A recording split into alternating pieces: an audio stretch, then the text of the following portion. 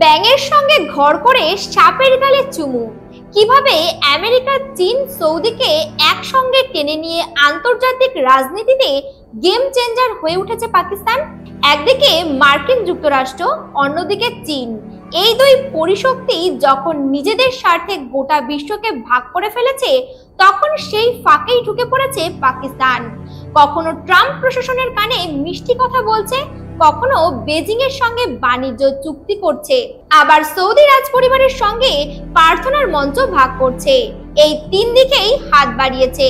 একাধিক পরস্পর বিরোধী দেশের সঙ্গে ঘনিষ্ঠতা বাড়িয়ে আন্তর্জাতিক মঞ্চে নতুন সমীকরণ তৈরি করেছে ইসলামাবাদ।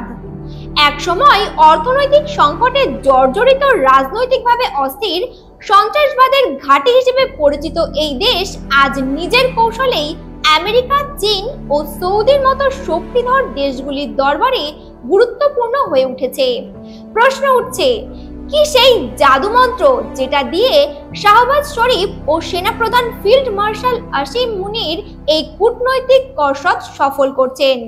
বিশেষজ্ঞদের মতে পাকিস্তানের সবচেয়ে বড় সম্পদ তার ভূগোল। ভারতের পশ্চিমে অবস্থিত দেশটির সঙ্গে সরাসরি সীমান্ত ভাগ করেছে ইরান, আফগানিস্তান ও চীন।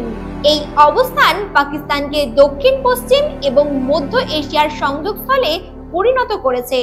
ফলে এই অঞ্চলে প্রভাব বিস্তারের জন্য যে কোনো পরাশক্তির কাছে পাকিস্তান অপরিহার্য। প্রতিরক্ষা বিশেষজ্ঞদের বক্তব্য, ইসলামাবাদের ভূখণ্ডে ঘাঁটি তৈরি করা মানে গোটা মধ্য এশিয়া, এমনকি পশ্চিম এশিয়ার ওপর নজর রাখার সুযোগ পাওয়া। ফলে ওয়াশিংটন হোক বা বেজিং, দুজনেই পাকিস্তানকে পাশে রাখতে বাধ্য।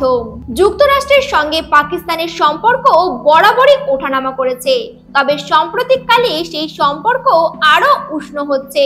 মূল কারণ আফগানিস্তান।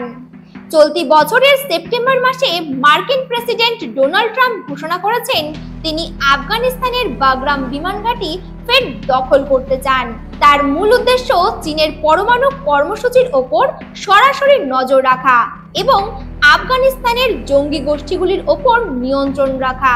কিন্তু আফগানিস্তান স্থলবেষ্টিত দেশ, ফলে সেখানে সেনা মোতায়েন করতে হলে পাকিস্তানের ভূখণ্ডই সবচেয়ে সহজ ও নিরাপদ পথ।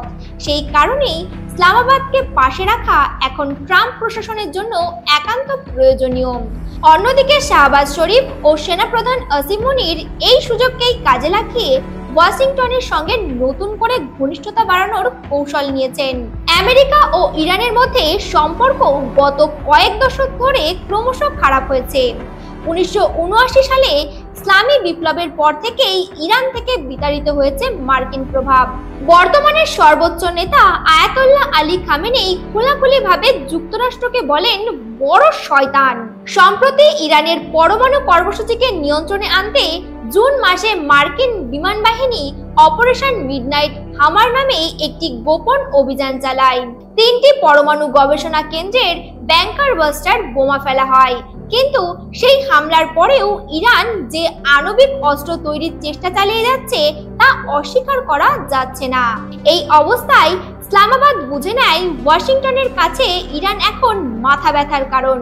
তখনই পাকিস্তানের সেনাপ্রধান আসিম মুনির ট্রাম্পকে এক চমকপ্রদ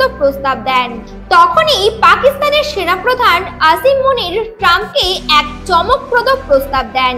বালুচিস্তানের পাশনি এলাকায় একটি মার্কিন নৌবন্দর গড়ে তুলতে পারে আমেরিকা। এই বন্দরটি ইরানের চাবাহার থেকে মাত্র 142 কিলোমিটার দূরে। ফলে এখানে মার্কিন উপস্থিতি মানে ইরানের গতিবিধির ওপর আরো কড়া নজরদারি। প্রকৃত অর্থে পাকিস্তান এই প্রস্তাবের মাধ্যমে এক ঢিলে দুই পাখি মারছে। একদিকে আমেরিকাকে কাছে টানছে, অন্যদিকে চীনকে ভুলিয়ে রাখছে। পাকিস্তান শুধু ভূ রাজনৈতিক নয়, এখন প্রাকৃতিক সম্পদ নিয়েও খেলছে কৌশল।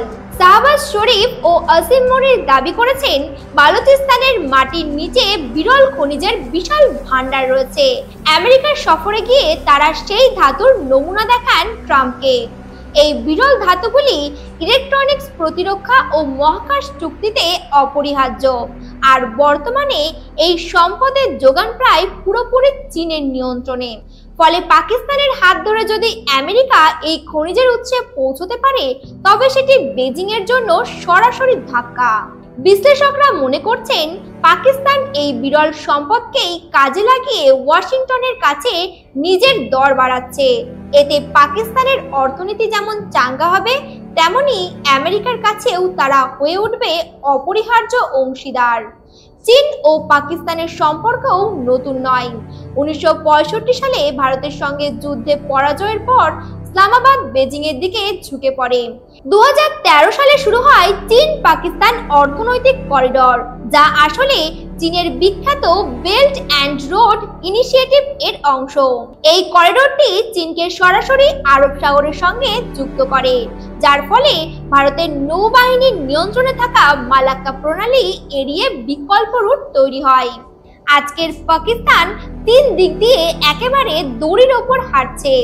একদিকে আমেরিকার সঙ্গে সামরিক ও বাণিজ্যিক সম্পর্ক, অন্যদিকে চীনের সঙ্গে অবকাঠামো ও কৌশলগত অংশীদারিত্ব, আর তৃতীয় দিকে সৌদি ও আরব দুনিয়ার ধর্মীয় বন্ধন।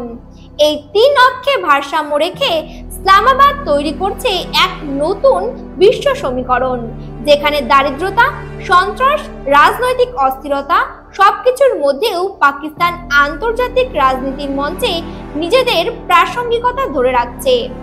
পাকিস্তান এখন এমন এক দেশ যাকে কেউই পুরোপুরি বিশ্বাস করতে পারে না, কিন্তু বাদও দিতে পারে না। চীনের কাছে তারা অপরিহার্য বন্ধু, আমেরিকার কাছে কৌশলগত সঙ্গী, আর সৌদি আরবের কাছে ধর্মীয় ভ্রাতা।